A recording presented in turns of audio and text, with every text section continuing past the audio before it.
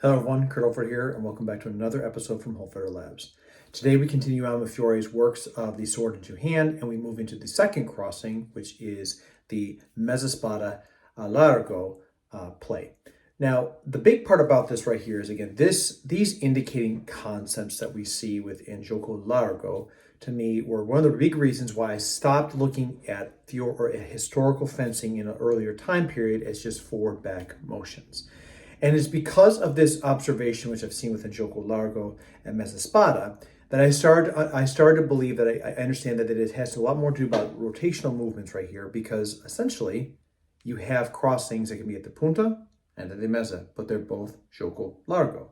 So what's about that? To answer that right here, we're going to take a look at just the first options that come out of this, of what happens within Gioco Largo, and we're going to break it down further here and how that goes into other concepts later on. So, with that being the case here, let's take a look. Okay, welcome back. And this week we're going to be looking at the mezza spada crossing at Largo for Fiore's works.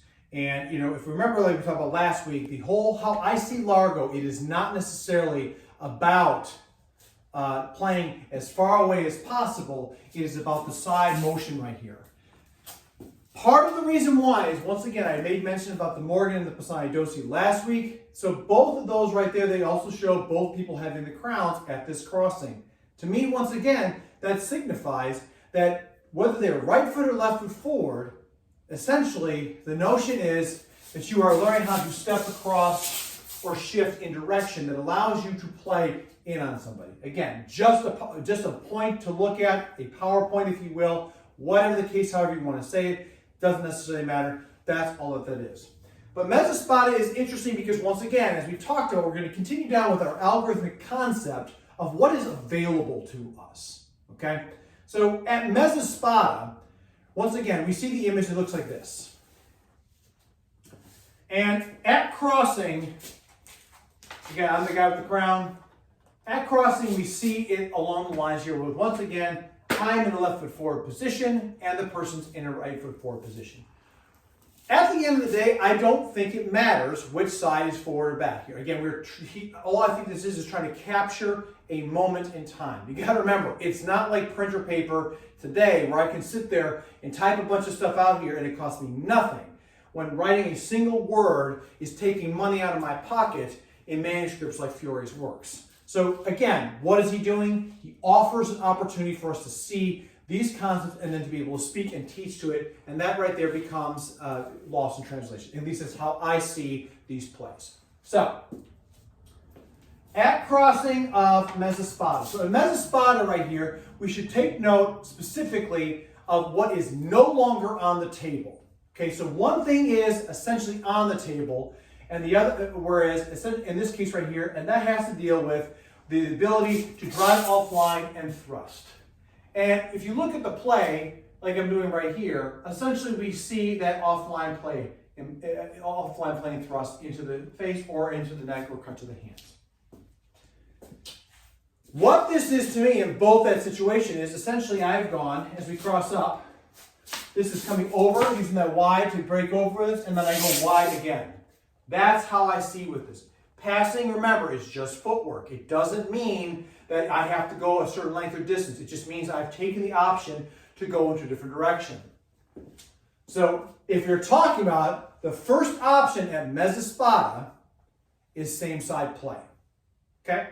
So at same side play here, I have crossed up right here, and the first option that he tells us, I can glide right down over the hands and thrust into the person.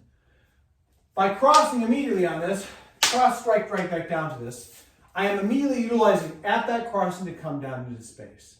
Now again, there's four ways of doing this.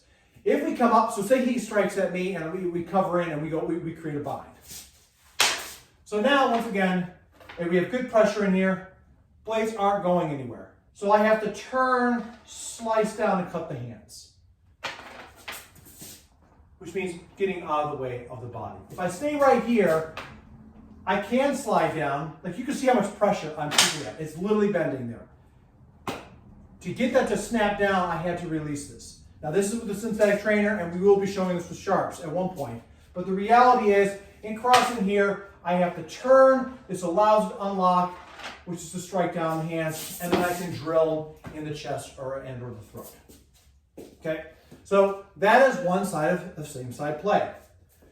At crossing here, the other option we have is to be able to pass offline and stab them once again into the chest face or other areas where Fiore tells us to hit. If you notice here, there is no longer a way of striking around onto the other side. And that's a very important piece right here when it comes down to this, because later on, again, in the Morgan and the Pisani Dosi, there is a play that is another master play, which is the Coppa Volano. And we'll talk about that later on, but essentially that is the shifting, that's the device that allows us to go from mezza all the way up into punta play. And again, that's how I see it. We'll talk more about when we get there. Right now we're talking about mezza spada. At mezza spada, here's the thing about this. In this space, one thing I do not have in concert anymore is if I decide to leave out of this and come to the other side, it is right here in my face. There's very little that he has to do. He can literally pass forward and turn, and he is struck in, which means it is very effective for him to understand at mezza spada, don't cut around. So mezza spada here, I come right down to the hands, or I come off and I thrust. That is the first thing. Same side play. And depending on how you look at it, it doesn't matter. If we bind it with a bite, I can turn this. We've seen by corners the same thing as far as the posta longa and the other instability guards can do. I can still do the same thing. If you notice on this, it has gone from an edge on edge to an edge on flat, which allows me to get over top into a thrust. I can do the same thing also in this position here. In this position, I can turn up and thrust. It doesn't matter. It's all same side play. So at mezza spada, we are not looking at the ability to break or cut around. All we're looking at this place right here is the option of same side play or to bind on and go into grappling. And we'll talk a little bit more about that when we get to that portion next. So as you can see with the video, again, a big portion of Gioco Largo and mezza spada is, what are we talking about as far as containing on a person? If Gioco Largo can be punta and mezza, then again, these are the reasons why, for me, essentially what this is teaching us is that it's rotational and I can sidestep in, which gives access. And in future videos here, I really feel like that's going to really kind of come out, especially within the next option, which we talk about here at the first crossing of mezza spada. So this first portion right here, again, we're talking about making that crossing at the mezza spada and how that creates binding or breaking, because once again, we have the four concepts that come with that. But now off the binding and breaking that we have right here, we can also play in other concepts out there that allow for us to gain access and to disrupt the sword so that we can get to the person's body. The first two options that we really have here, and that's what I wanted to explore, is yes, they talk about two different play options, but regardless, all that they are is same side play. Same side play, that's it. There is no cutting around anymore. It is about same side. And that comes to the point where here, if I strike in, I can come right back down, or I can, once again, thrust into the center line of the person. I have had conversations before about the same side play here, about striking up and coming right back down to the hands. I think that's possible. But remember, you got to remember something here about these plays. Before all these plays, we had 7 crossings. We had 7 blows, and we have the 4 things we can do with the sword, and we have 12 positions in which all these things can come out of. So it is impossible just to say, I make this shape right here, and that's all that it is. It's only if I have left foot forward or right foot forward, that's the only case of it all.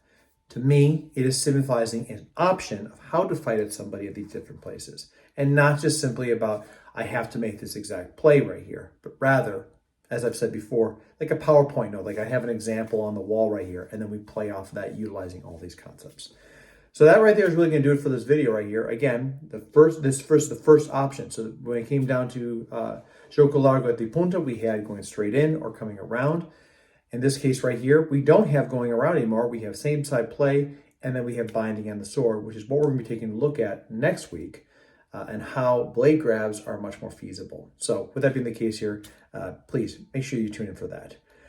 But for right now, don't forget, please like, subscribe, share with a friend out there. Again, this channel is growing and I'm really happy about all that. I'm really excited to make sure that this gets even further. And that's not possible without viewers like you. Don't forget to hit the bell, leave a comment below. And like I said, let me know what your thoughts are on there and maybe how this has also inspired your fencing, or if this has been something that's been controversial. I'm sorry, counters against what you've been taught.